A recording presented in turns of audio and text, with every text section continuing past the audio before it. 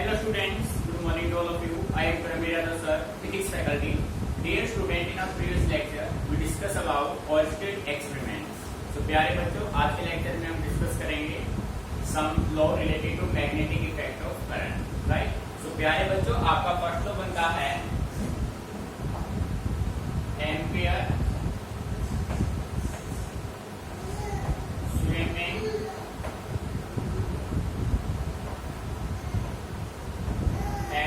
Swimming rule. ठीक है बेटे, एम्पियर ने एक रूल डेवलप किया जिसको उन्होंने नाम दिया एम्पियर स्विमिंग रूल। अब एम्पियर का स्विमिंग रूल क्या कहता है उसको ध्यान से आप ऑब्जर्व कीजिए, बिल्कुल प्रैक्टिकली है। तो उसके लिए हम एक कंस्ट्रक्शन कर लेते हैं बेटे, इस तरीके से देखो, ये कोई बैटरी हो गया, ये इस बैटरी का पॉजिटिव टर्मिनल, ये इस बैटरी का नेगेटिव टर्मिनल। ठीक है, और ये आपने कंडीशन मेंटेन करा। ठीक है भाई, यहां से करंट फ्लो करेगा पॉजिटिव से नेगेटिव। तो बेटे यहां पे रखा हुआ है एक magnetic needle,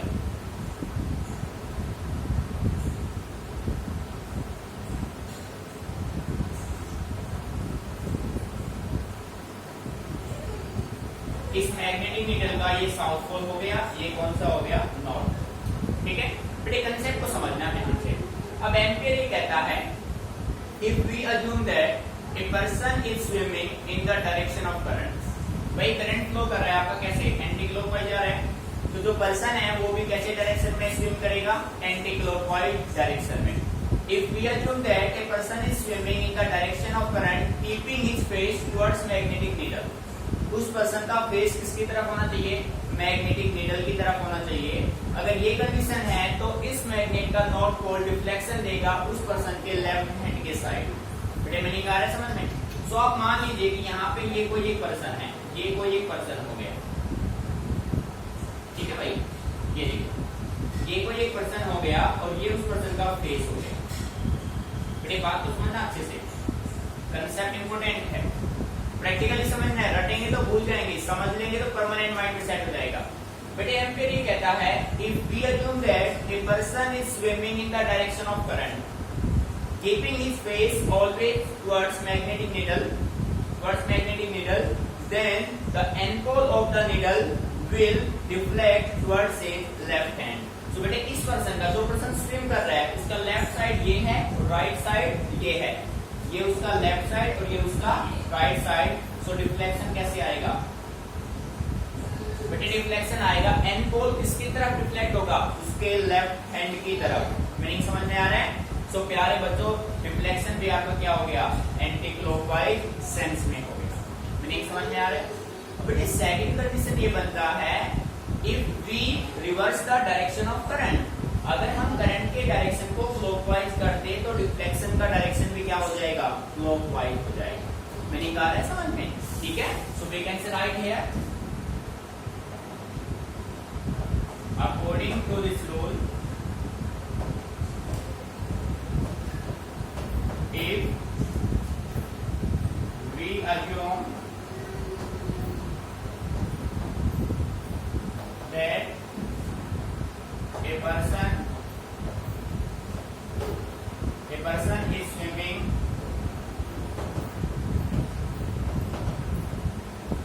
in the direction of current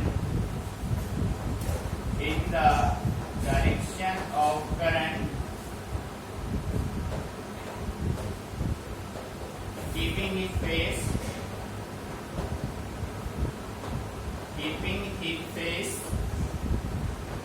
always towards magnetic needle,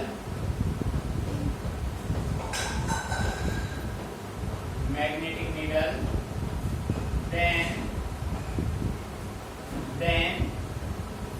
the end pole of the magnet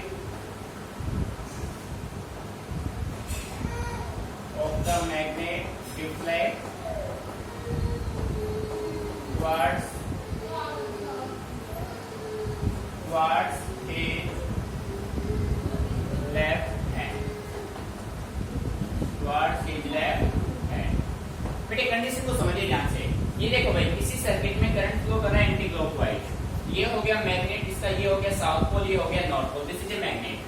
ये आपके पास कोई एक बार मैग्नेट है, ठीक है।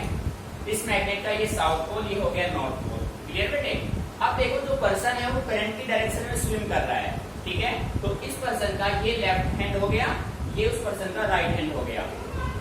इस पर्सन का जो फेस है वो किसकी तरफ है? टुवर्ड्स मैग्नेटिक नीडल की तरफ है।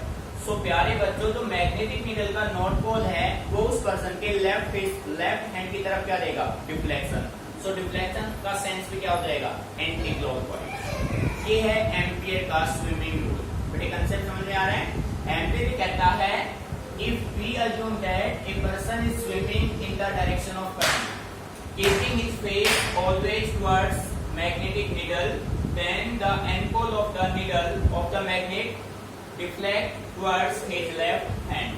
यहाँ पे मैग्नेट भी कह सकते हैं और आप इसको नीडल भी कह सकते हैं। बेटे आ रहा है नहीं समझ में?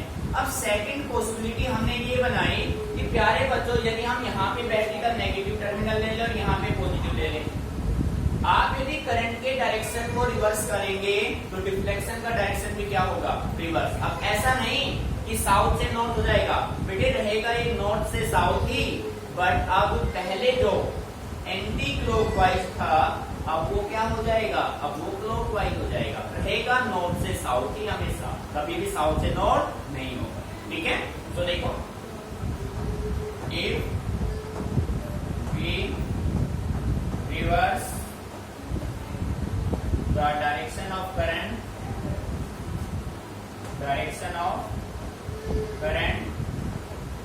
then the direction of deflection is also reverse। बढ़िया है नहीं समझ में? ठीक है। अब देखो कैसे होगा, उसको आप सेकंड डायग्राम से रिप्रेजेंट कर सकते हैं। भाई देखो, ये नेगेटिव पॉजिटिव, नेगेटिव पॉजिटिव, ये कंडीशन आपने मेंटेन किया। अब देखो बेटे, ये नेगेटिव ये पॉजिटिव, कंसेप्ट को समझना है भाई। अब करंट फ्लो करेगा क्लॉकवाइज सेंस में, ऐसे आएगा, ठीक है। मीनिंग समझ में आ गया? यहाँ पे कोई पर्सन है, ये कोई पर्सन हो गया,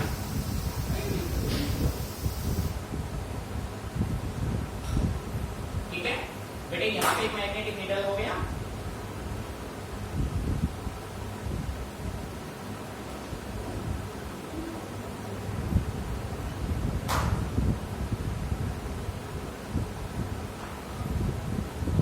मैग्नेटिक नीडल का साउथ पोल, मैग्नेटिक नीडल का नॉर्थ पोल।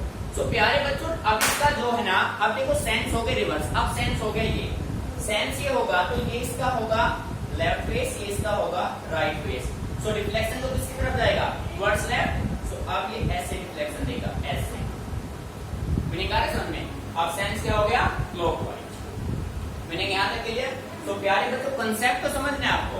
आप अब ये नहीं कह सकते कि साउथ से नॉर्थ, बेटे रहेगा नॉर्थ से साउथ ही। अब देखो, ये हो गया उसका लेफ्ट फेस, ये था राइट और ये क्या हो गया? लेफ्ट। मीनिंग अच्छे से क्लियर? ठीक है। कंसेप्ट को समझना है, कैसे आप उसको न्यूमेरिकल में इंप्लीमेंट करेंगे वो डिपेंड करता है कंसेप्ट, ठीक है। सो कंसेप्ट अच्छे से क्लियर हो गया तो न्यूमेरिकल में आपको कोई प्रॉब्लम नहीं होगी related to directions. Note it down carefully.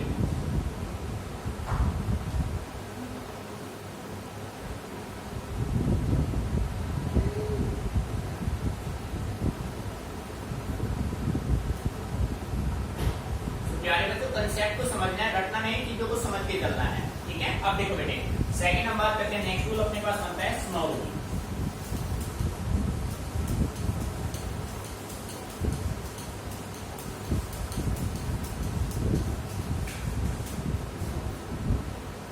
बेटे नेक्स्ट हेडिंग बना लीजिए आप। नेक्स्ट रूल अपना होगा स्नो रूल।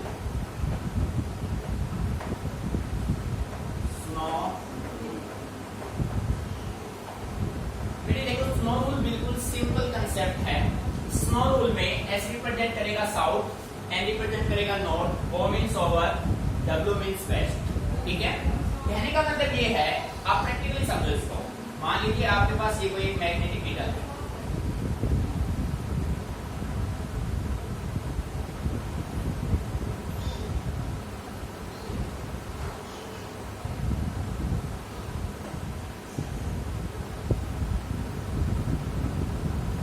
ये एक मैग्नेटिक नीडल हमने ले लिया और इस मैग्नेटिक नीडल का ये हमने मान लिया साउथ पोल और ये हमने मान लिया नॉर्थ। मैग्नेटिक नीडल, ठीक है, बड़े मीनिंग आ रहे हैं समझ में। ये अपने पास कोई एक मैग्नेटिक नीडल है, उस मैग्नेटिक नीडल का ये साउथ पोल हो गया, ये नॉर्थ पोल हो गया, ठीक है। और इसके अपर यहाँ पे ये कोई एक वायर है, ये कोई एक वायर है और इस वायर में से क्या पास कर रहा है, करंट पास कर रहा है।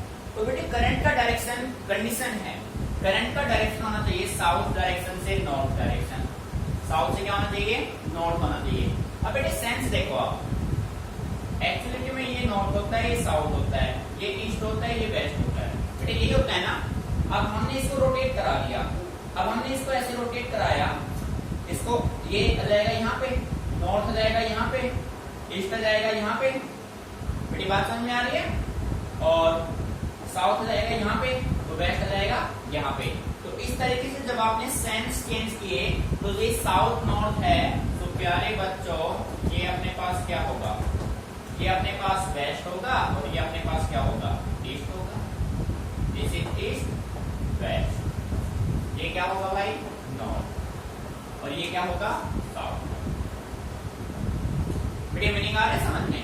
देखो आप देखो, ये आपके पास कोई मैग्नेटिक नीडल है, उस मैग्नेटिक नीडल के अपर के ओवर कोई एक वायर है, वायर में से करंट फ्लो कर रहा है फ्रॉम साउथ टू नॉर्थ, ठीक है। अब ध्यान से सुनना बेटे केयरफुली, देखो मैं इसको रब कर रहा हूं, डायरेक्शन क्लियर होंगे ना भाई। देखो स्नो रूल ये कहता है, according to this rule, according to this rule, if current flow from south to north in a wire placed over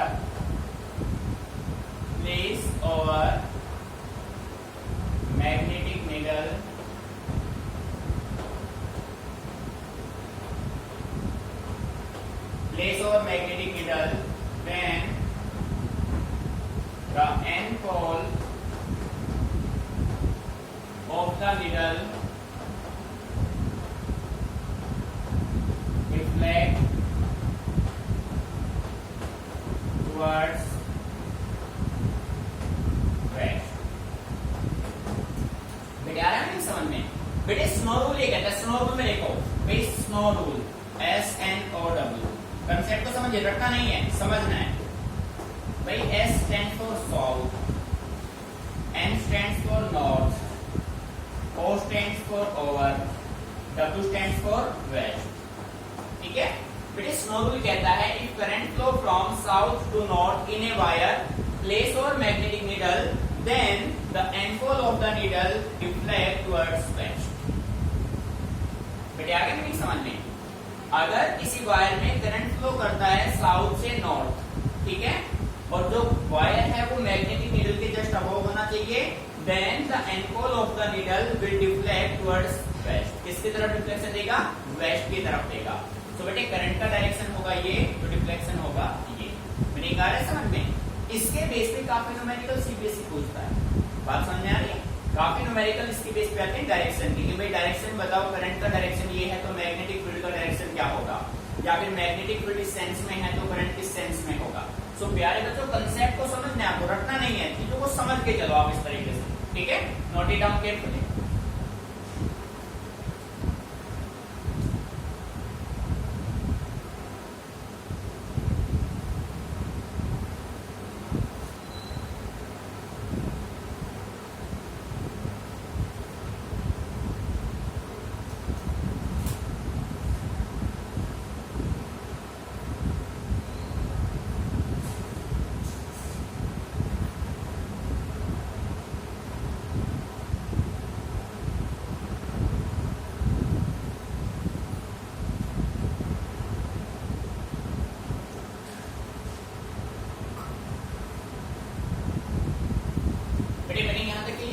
रब कर रहा हूं, ठीक है। देखो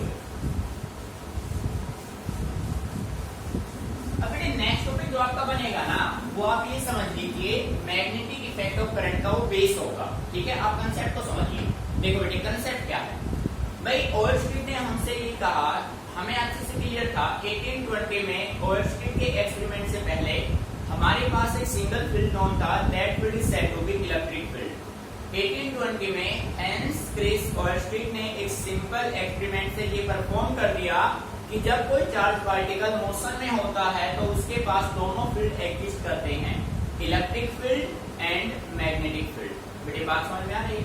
और यदि कोई चार्ज पार्टिकल रेस्ट पे है तो उसके पास सिंगल फील्ड होगा, that is said to be electric field. अब हम बात ये करते हैं बेटे, सिंपल कंसेप्ट ये है, ओयरस्टीड ने हमें बताया था कि अगर आप किसी वायर में से करंट पास करेंगे, if we pass any current across a wire then a field is produced around it. उस वायर के अक्रॉस, उसके चारों ओर एक फील्ड प्रोड्यूस होगा, that is said to be magnetic field. बड़ी बात समझ में आ रही है? तो सबसे पहले अब हम बात करते हैं कि हम मान लेते हैं कि हमारे पास कोई एक चार्ज पार्टिकल है। मान लिया कि हमारे पास कोई एक चार्ज पार्टिकल है, उस चार्ज पार्टिकल को हम मोशन में लेके आते हैं। जैसे चार्ज पार्टिकल मोशन में आएगा तो उसके पास कौन सा फील्ड आ जाएगा बेटे? Magnetic field. और ये जो मैग्नेटिक फील्ड है उस पार्टिकल पे कुछ फोर्स एक्सपीरियंस करेगा, कुछ फोर्स एक्सपीरियंस करेगा। तो इसी के बेस पे बेटे अपना नेक्स्ट टॉपिक बनेगा force on a moving charge particle, कि जब कोई भी चार्ज पार्टिकल रेस्ट से मोशन में आता है तो उसका मैग्नेटिक फोर्स कितना एक्सपीरियंस होगा वो हमें फाइंड आउट करना है। ठीक है बेटे, कंसेप्ट को समझिए। ये जो टॉपिक है आपका वो बेस है complete magnetic effect of current का। आप जब तक यूनिट स्टडी कर रहे हैं, लास्ट इस यूनिट के लास्ट टॉपिक तक आप इस टॉपिक का यूज करेंगे। ठीक है, तो बेटे हेडिंग बना लो, टॉपिक अच्छा है बिल्कुल। Force on a moving charge particle. देखो बेटे ध्यान से। तो प्यारे बच्चों सबसे पहले हमें चाहिए क्या? सबसे पहले हमें चाहिए चार्ज पार्टिकल, फिर हम उस चार्ज पार्टिकल को मोशन में लेके आएंगे। ठीक है, और फिर हमें उस पर फाइंड आउट करना है फोर्स एक्सपीरियंस, कि जब कोई चार्ज पार्टिकल मोशन में होगा तो कितना फोर्स एक्सपीरियंस करेगा वो आपको फाइंड आउट करना है। ठीक है, तो देखो बेटे आप मान लीजिए, लेट अस कंसीडर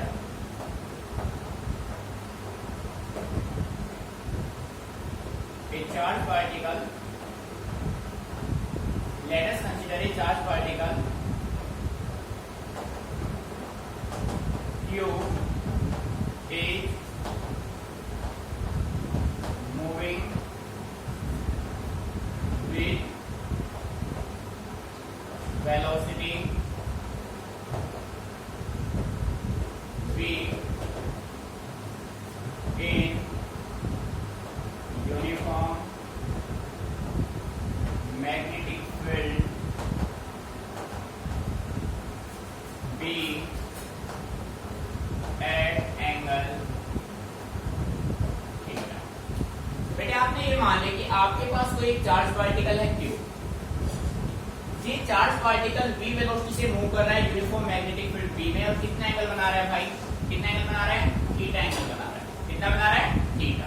ठीक है, अब ये जो कंसेप्ट है ओयरस्टीड ने एक्सपेरिमेंटली हमें ये प्रूव किया कि जब कोई चार्ज पार्टिकल मोशन में होता है तो उसके पास मैग्नेटिक फील्ड एप्लीकेबल है, मैग्नेटिक फील्ड वो एक्ट करेगा।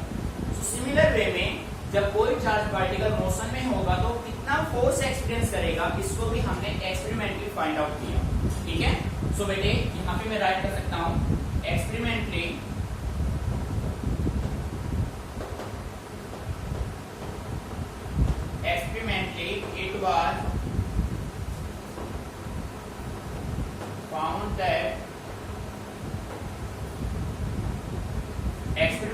it was found that the force experience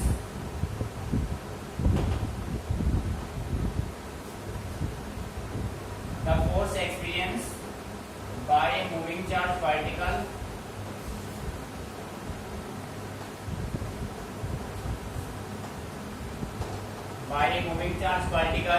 so बेटे F डायरेक्टली प्रोपोर्शनल हुआ क्यू के, डायरेक्टली हुआ बी साइन थीटा के, और डायरेक्टली प्रोपोर्शनल हुआ मैग्नेटिक फील्ड बी के।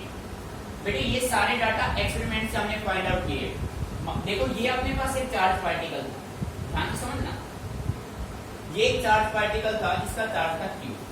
जब आपने इसको यूनिफॉर्म मैग्नेटिक फील्ड में रोटेट कराया, ये इस पे फोर्स एक्सपीरियंस हुआ, ये इसका डायरेक्शन ऑफ मैग्नेटिक फील्ड हो गया, this is the direction of, ठीक है, ये कंडीशन मेंटेन हुआ। फोर्स, ये आपके पास एक चार्ज पार्टिकल जिसको आपने मैग्नेटिक फील्ड में मूव कराया वेलोसिटी v से, और कितना फोर्स एक्सपीरियंस इस पे हुआ, F फोर्स इस पे एक्सपीरियंस हुआ। बेटे मेरे आ रहा है समझ में, ठीक है। So experimentally we found that F directly proportional Q, directly proportional B sin theta, directly proportional magnetic field B। So यहाँ से इन सभी को कंबाइंड इफेक्ट में आप लेंगे तो बेटे ये बनेगा F directly proportional QVB sin theta, F directly proportional QVB sin theta. जब आप इस डायरेक्टली प्रोपोर्शनल के साइन को रिप्लेस करेंगे तो यहाँ पे कांस्टेंट आएगा। प्यारे बच्चों कांस्टेंट आपने लिया K QVB sin theta. K is constant of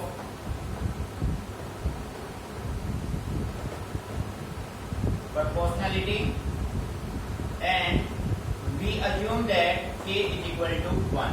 और बेटे k की वैल्यू हमने क्या मान ली, 1 मान लेते हैं। then force experience is equal to QVB sin theta हो जाएगा भाई। बेटे फोर्स एक्सपीरियंस क्या होगा, QVB sin थीटा, ठीक है। अब इसको वेक्टर फॉर्म में लेके चलते हैं, इन vector form.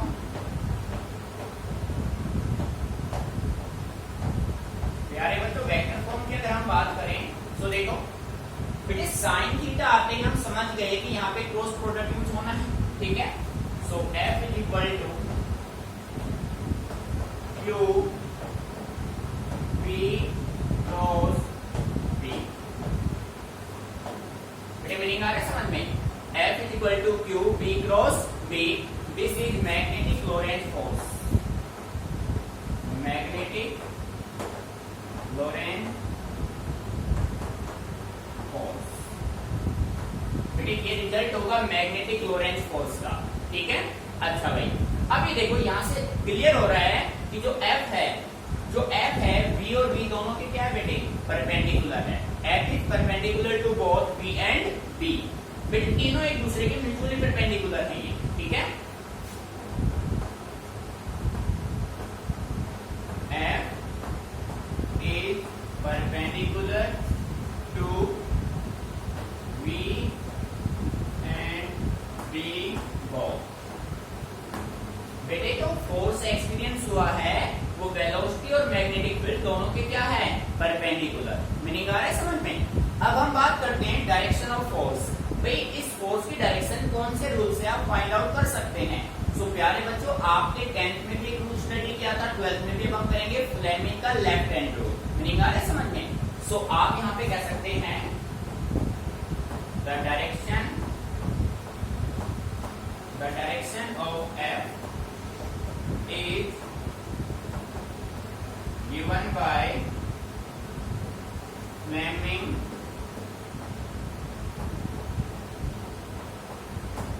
left hand rule। बेटे कौन सा रूल देगा, फ्लेमिंग का लेफ्ट हैंड रूल से आप इस फोर्स की डायरेक्शन को फाइंड आउट कर सकते हैं। मीनिंग आ रहा है समझ में। अब देखो भाई कुछ स्पेशल केस यहाँ पे प्रूव करेंगे, स्पेशल केसेस। प्यारे बच्चों ये जो स्पेशल केस होते हैं ना यही आपके कंसेप्चुअल प्रॉब्लम को सोल्व करते हैं। सो बेसिकली इनको अच्छे से समझा करो, ठीक है। देखो बेटे अब आपने कंडीशन मान लिया इफ, फर्स्ट केस अप्लाई कर रहा हूं मैं, थीटा की वैल्यू 0 हो या थीटा की वैल्यू 180 हो। बेटे थीटा की वैल्यू 0 और 180 लिखो यहाँ पे, और कर दो यहाँ पे 0 डिग्री और 180 डिग्री। बेटे साइन कंपोनेंट है यहाँ पे, साइन 0 भी 0 होता है, साइन 180 भी 0 होता है, तो फोर्स एक्सपीरियंस कितना होगा भाई, 0 होगा। बेटे मीनिंग आ रहा है समझ में। देखो ना q v B sine theta, sine 0 की वैल्यू 0 और साइन 180 की वैल्यू भी क्या है भाई 0, सो फोर्स एक्सपीरियंस कितना होगा 0 होगा। Special case number 2, if theta equal to 90 degree, बेटे थीटा 90 होगा, 90 पे साइन मैक्सिमम होगा तो फोर्स भी क्या होगा मैक्सिमम, सो फोर्स कितना हो जाएगा क्यू वी बी। मीनिंग यहां तक अच्छे से क्लियर, ठीक है। बेटे केस नंबर 3, आपने ये मान लिया कि पार्टिकल अपना किस पे है रेस्ट पे, वेलोसिटी को यदि आप 0 कर देंगे तो फोर्स भी अपना क्या होगा, फोर्स भी क्या होगा 0 होगा, फोर्स भी क्या होगा 0। 4 पॉइंट पे आप ये कह सकते हैं कि बेटे अगर चार्ज की वैल्यू 0 है तो फोर्स भी क्या होगा 0 होगा। मीनिंग आ रहा है समझ में, यदि पार्टिकल पे कोई चार्ज नहीं होगा तो उससे कोई फोर्स एक्सपीरियंस नहीं होगा। सो प्यारे बच्चों मेन रिजल्ट आपका है F equal to q v B sine theta, ये पॉसिबिलिटी है, डायरेक्शन का माइंड में रखना है, ठीक है। कंसेप्ट को अच्छे से समझना है आपको, कहीं भी कोई भी प्रॉब्लम आती है तो आप मेरे से डिस्कस कीजिए। अब देखो बेटे फिजिक्स अपना जो है ना वो एक चेन सिस्टम से काम करेगा। अब जब आप नेक्स्ट टॉपिक करेंगे ना तो नेक्स्ट टॉपिक में ये रिजल्ट डेफिनेटली यूज होगा आपका, और हम हर स्टेप पे प्रूव करेंगे कि फिजिक्स एक चेन सिस्टम से काम करता है, ठीक है। सो अच्छे से इसको नोट कीजिए, कोई भी प्रॉब्लम आती है तो मेरे से डिस्कस कीजिए।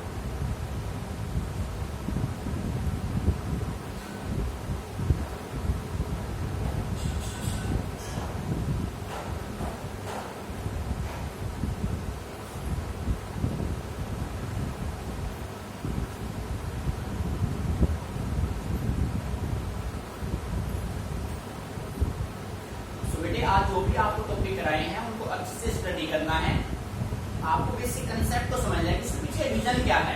तो बेटे जिस दिन आप इस रीजन को समझ गए ना फिजिक्स आपके लिए बिल्कुल क्लियर हो जाएगा, क्योंकि फिजिक्स बिल्कुल लॉजिकल है, कंसेप्ट पे डिपेंड करता है। फिजिक्स में कुछ भी डाटा फिजिक्स जैसा कुछ नहीं है, आप रटेंगे तो फिजिक्स में सक्सेस नहीं मिल पाएगा, समझ रहे हैं ना। तो लॉजिक को समझना भाई इसके पीछे रीजन क्या है। जिस दिन आप कंसेप्ट को समझ गए ना फिजिक्स बिल्कुल समझ लो आपके लिए इजी हो जाएगा, ठीक है।